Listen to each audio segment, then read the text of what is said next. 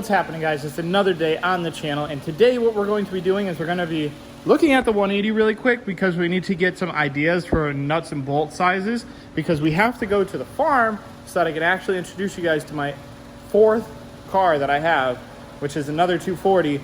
It's not in great shape. It doesn't have wheels on it right now. It's sitting in the grass. Chassis is probably rotten out by now, but it's okay because we're going to fix it up and we're going to see what we can do. Right here we have the knuckles that I got back from Jeff. I threw some wheel bearings on them, and I think I have to get some rotors. I don't know, maybe they're at the farm or whatnot. These are the rear LCAs out of the 242. We're going to go to the farm. We're going to put all this stuff back into the car, and then we're going to just go over the car and see what we can get off it. Just give you guys a little walk around of what's going to go on with that car. Something that I have in my mind. I don't know if it's going to happen or what. Maybe you guys want to buy the car. Who knows? Maybe you guys want to take it from me and I'll sell it to one of you guys. But let's go ahead, put the 180 up on the lift, and then we're going to take a couple nut and bolt sizes, and then we're going to go to the farm and we're going to start installing some of this stuff so we can not sit in the heat all day.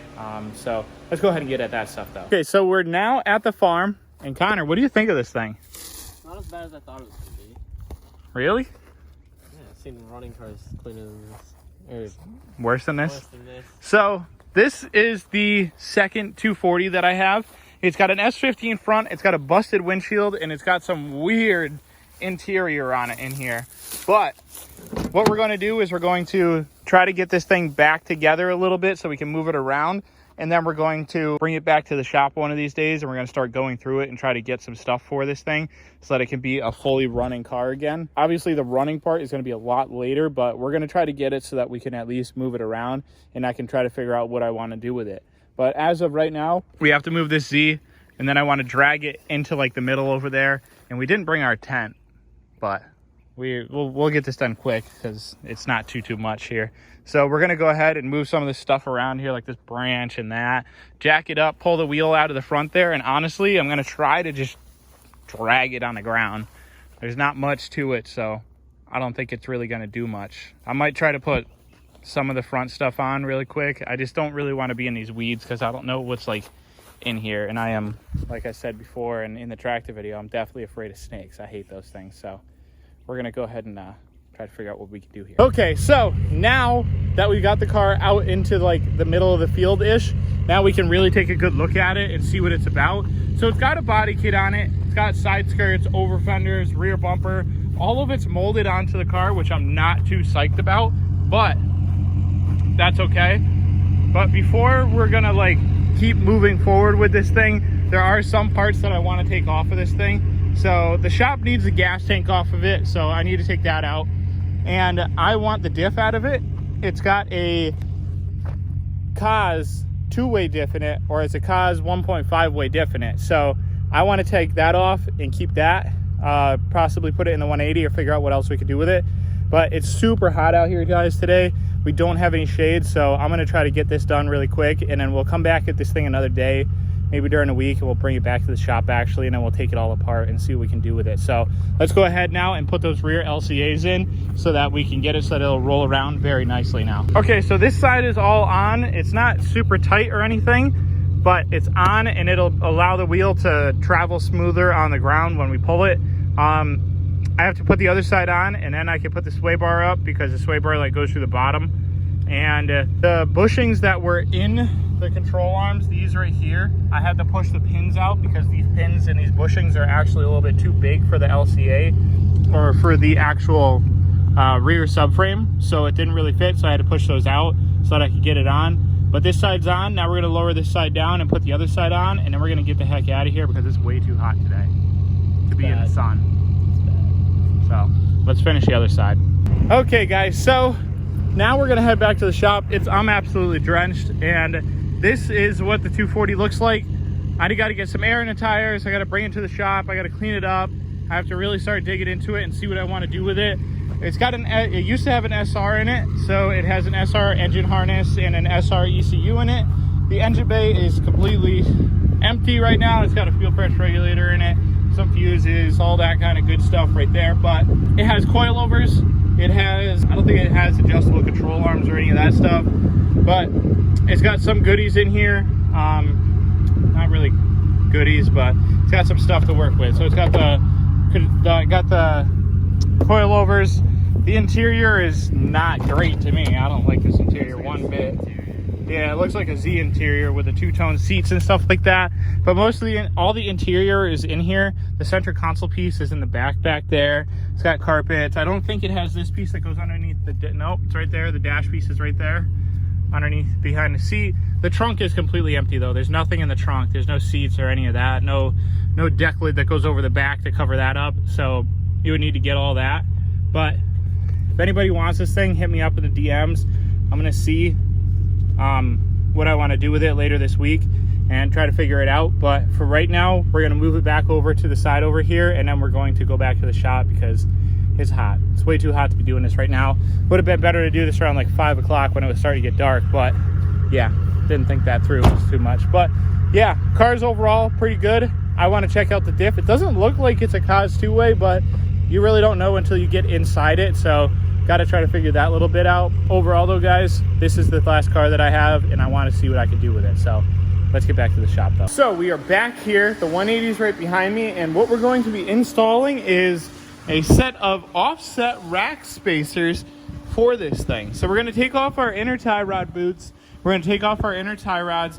We're going to install our rack extensions, and then we're going to put them back on. And I'm probably going to have to take my LCA off again to cut off my bump stop that I had made for these things, because it's just going to go too far now and I need to have more steering for it. So I'm also probably going to have a problem because this thing's probably going to turn too much and it's probably going to hit my frame rail again. That's why it's all banged up right there. But as of right now, what I'll do is I'll try to pull this with one hand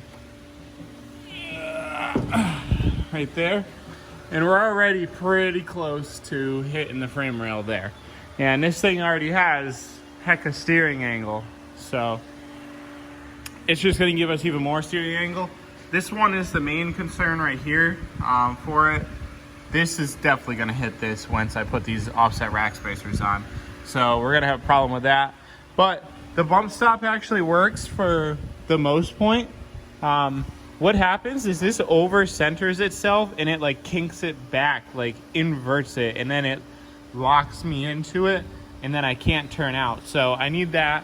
The other thing that you can see looking through this way is that my tie rod actually goes straight up, which is not okay. So we're gonna need to get a set of the GkTech high misalignment outer tie rod ends so that we can drop this way the heck down to here, so that it'll actually be parallel with the rest of the rack, so that even when the car is at full compression and the wheels are all the way up and it's under a load and everything, it's still gonna be pretty straight in the line right there. So that's what I need to get to. Lots of stuff that I need for this car, and it's like, I wanna get it all so that a car actually drives and handles the right way that it should. So waiting a little bit longer, possibly not making it to OSW with this car, is just something that I'm perfectly okay with, because I want this car to be perfect the next time I go to OSW. Oil pressure fully up there, water temps good, steering on point, nothing going to bind up on me, all that stuff. The other thing that I noticed too is that on the back here, I need to do a drive shaft boot or axle boot, because my axle boot blew up on me. So I have to take the axle out, I have to rebuild that and then put that back in. That's not super hard, but it's going to take some time, and I have to get another alignment afterwards because all my rear suspension's all going to get messed up. I also would love to get some high misalignment like tools for the rear right here. I think I'm either going to need to get a rear drop knuckle or something along those lines to get the rest of this stuff to line up, because as you can see, that's like crazy pitched up too. So, and that's all just because I have coilovers on it and the car sits so low. So let's go ahead and start doing these offset rack spacers though, and I can't wait to see how much it's actually going to give me more angle.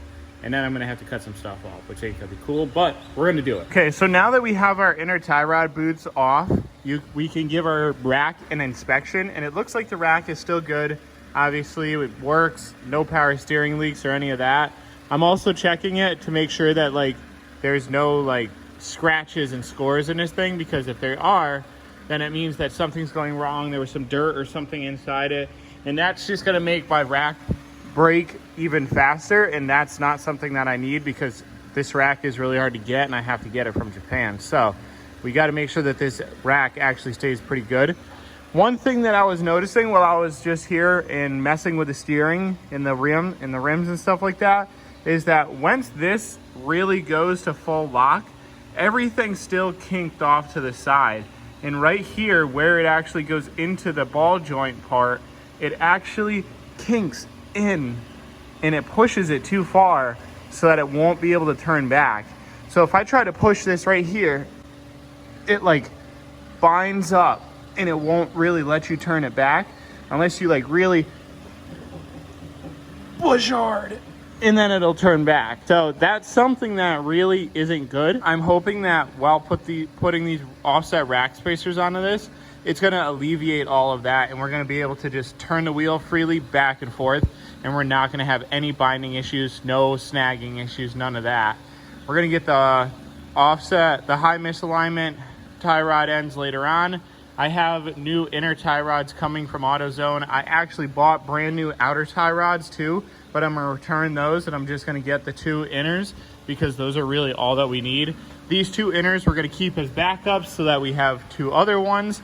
And then what we're going to do is we're gonna put those drop spindles on too, and those are gonna help out. But let's go ahead now and try to take off these outers or inners and then put the offset rack spacers on now. Okay, so a problem that we're having with these offset rack spacers is that the inner tie rod is now too long and we need to cut it to get it to fit into the inner tie rod and still be able to give it all the adjustment that we need it to give. So I'm gonna have to take the inner tie rod off. I'm gonna have to give it a little trim, put it back into the outer tie rod, see if everything will line up straight again, and then we should be good. That's a problem that I've had before with this setup, and it helps if you have every piece, like the offset rack spacer, the inner tie rod, the outer tie rod, the LCA, the knuckle, the tension rod, and all that stuff. But I don't have certain of those parts, so we're gonna have to just make do with what we got. And I'm gonna just cut my inner tie rod so that it'll all fit. We're gonna have a lot of extra angle because I already tried to see if this here would hit when it goes all the way to full lock, and that side doesn't even get to full lock. It just hits the tension rod and the sway bar. So we're gonna have to start doing some more stuff. I'll have to get some more parts from GkTech, like their offset sway bar and then their tension rods with a hoop in it, so that I can actually give it all the angle that I can and it'll actually work. I'm gonna have to figure out what I need to do with my frame rails to get all that stuff to fit, but we might have to get an even bigger spacer for the wheel. But let's go ahead and try to cut these inner tie rods to get it to fit. Now we're back under the 180, and it's probably been about an hour, and I've been trying to contemplate what I should do for this whole setup because it's going in okay. I have to keep cutting the inner tie rod to get it to fit, but we're running into more and more problems. Like I said, I don't have the offset sway bar so that I can get more clearance there,